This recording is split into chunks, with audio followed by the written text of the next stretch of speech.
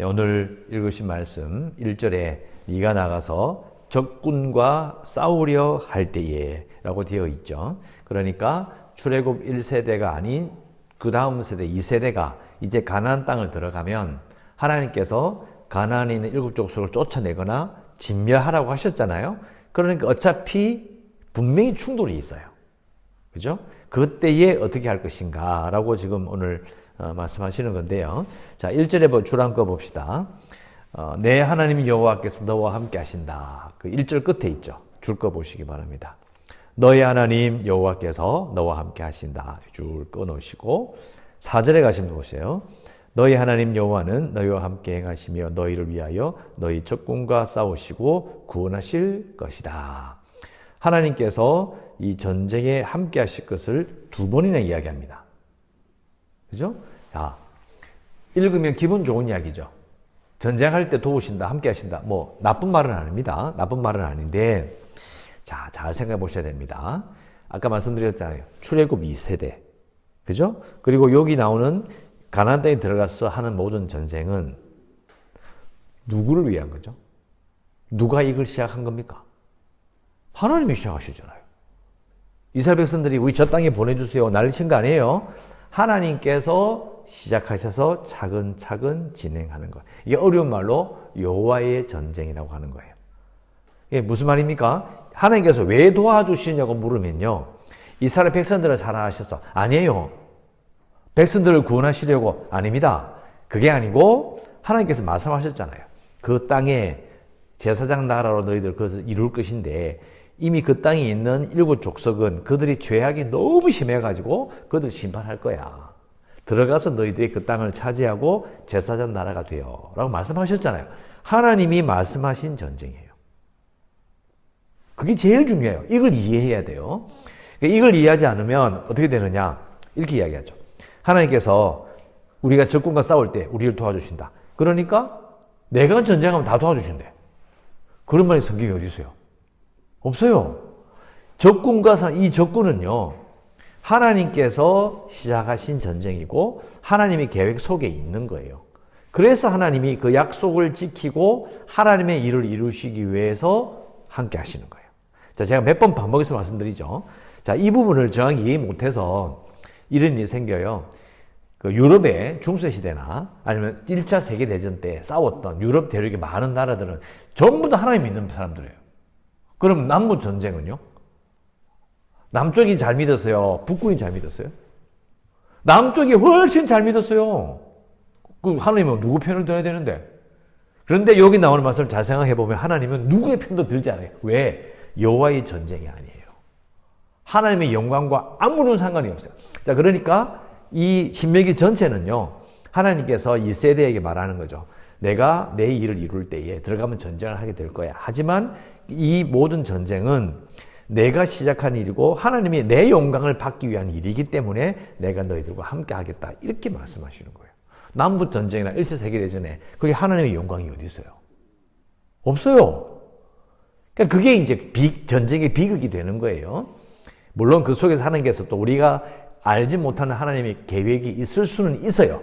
그러나 신명기 말씀을 잘 읽어보면 하나님의 일이기 때문에 하나님의 영광을 거두시기 때문에 또 하나님께서 명령으로 시작되는 것이기 때문에 도우시는 거예요. 그래서 자 2절에 보면 너희가 싸울 곳에 가까이 가면 제사장은 백성에게 나와서 그 고하여 그들에게 이제 3절 4절 내용을 이야기하는 거죠. 여러분 그냥 쭉 읽는데요. 제사장이 여기 왜 나와요? 전쟁하는데 지휘관이 나와야지. 장군이 나와고 아니 왕이 나와서 물론 왕은 아직 없지만은 제사장이 이 이야기를 왜 이야기하죠? 이게 종교적인 의미가 들어가죠. 결국은 이 말이에요. 하나님께서 영광을 받으시기 때문에 이 전쟁이 승리하면요. 누가 영광을 가져가요? 하나님이에요. 결국은 예배의 느낌이 들어가는 거예요. 하나님 최고. 하나님 뜻이 이루어지십니다. 그래서 제사장이 가서 이야기를 하는 거예요. 우리가 말하는 흔히 생각하는 무슨 전쟁과는 이건 완전히 다른 거예요. 이걸 그냥 우리 현실에 적용해서 우리의 적이 온다. 우리가 나가서 이기도록 하나님이 도와주소서. 이런 게 아니에요. 그건 정말 바보 같은 생각이에요. 그게 아니에요. 분명히 신명기는 종주권 조약이에요. 이 왕의 신 하나님께 초점이 맞춰져 있기 때문에 이 내용을 잘 읽어야 한다는 거죠. 자, 그리고 여러분, 하나님의 영광이라는 말을 우리 잘 쓰는 말인데요. 하나님의 영광이 어떻게 이루어지죠? 자, 생각해 볼 부분이 있어요. 자, 제가 한번 예를 들어볼게요.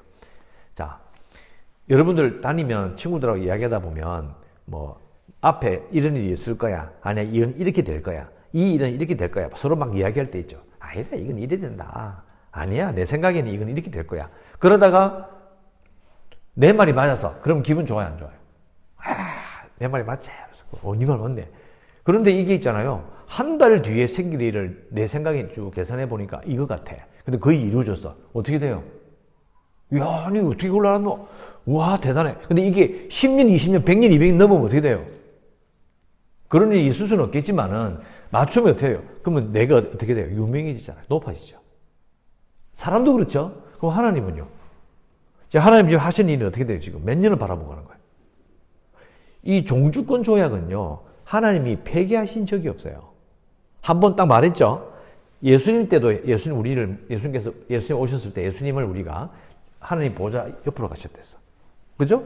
그러면 하나님은 예수님을 왕으로, 그러면 여기도 왕인데요. 종주권 조약은 폐기된 적이 없어요. 지금도 여전히. 그래서 요한계시록에 가면 어린 양의 보좌 이렇게 이야기해요. 이 종주권 조약이 정말 중요한 거예요. 그러니까 잘 생각해 보면 하나님께서 말씀하신 일이 하나씩 이루어지고 그 일을 이루시기 위해서 하나님께서 전쟁 가운데도 함께 하시는 거예요. 그러면 이 전쟁에서 승리케 하면 누가 유명해지고 누구의 이름이 알려져요? 하나님의 이름인 거예요. 그게 하나님의 영광입니다. 그래서 오늘 말씀을 잘 읽어보면 하나님께서 왜 싸우시는지를 정확하게 이해해야 돼요.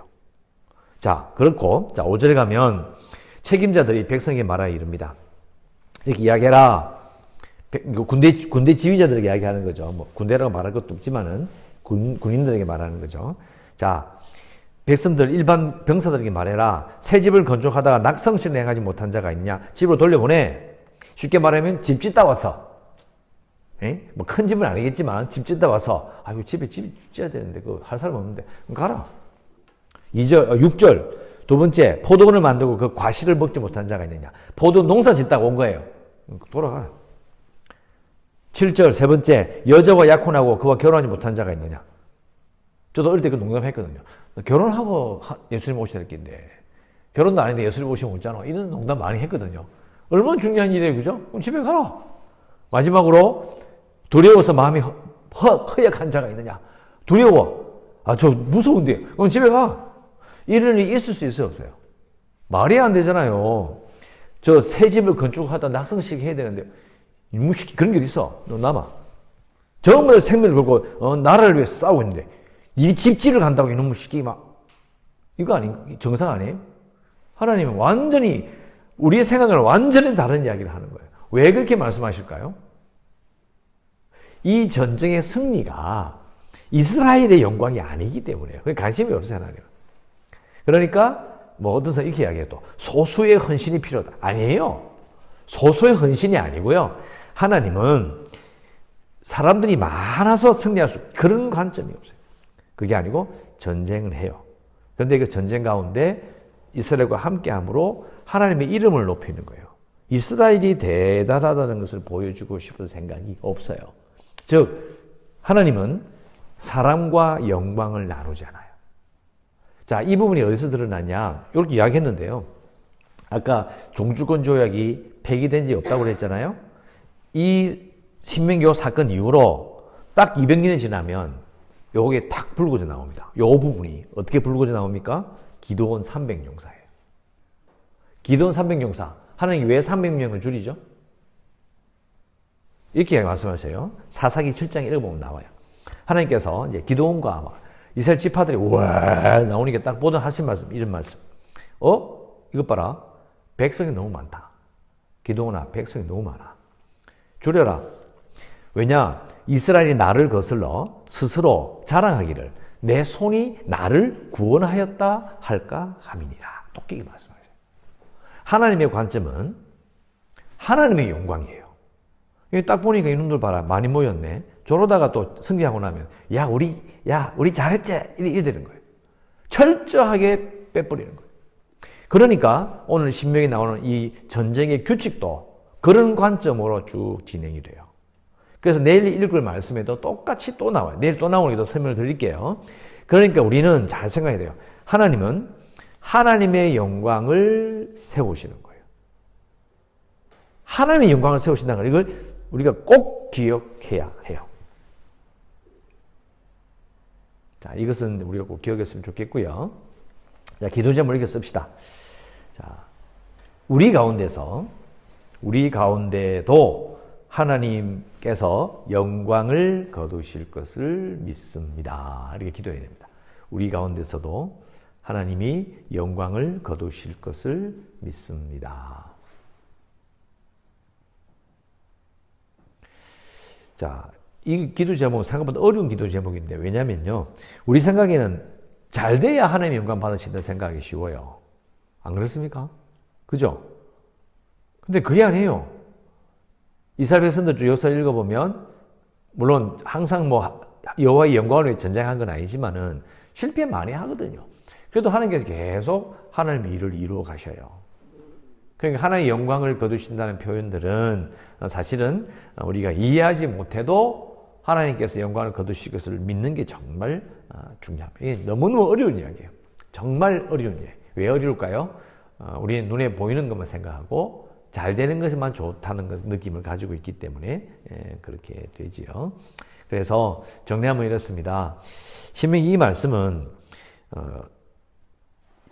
출애굽 1세대가 광야를 이게 생활하면서 2세대가 자라났잖아요. 그럼 2세대는요, 1세대가 경험했던 그 출애굽할 때 10가지 재앙 이런 거 있잖아요. 그 전부 다 이야기야.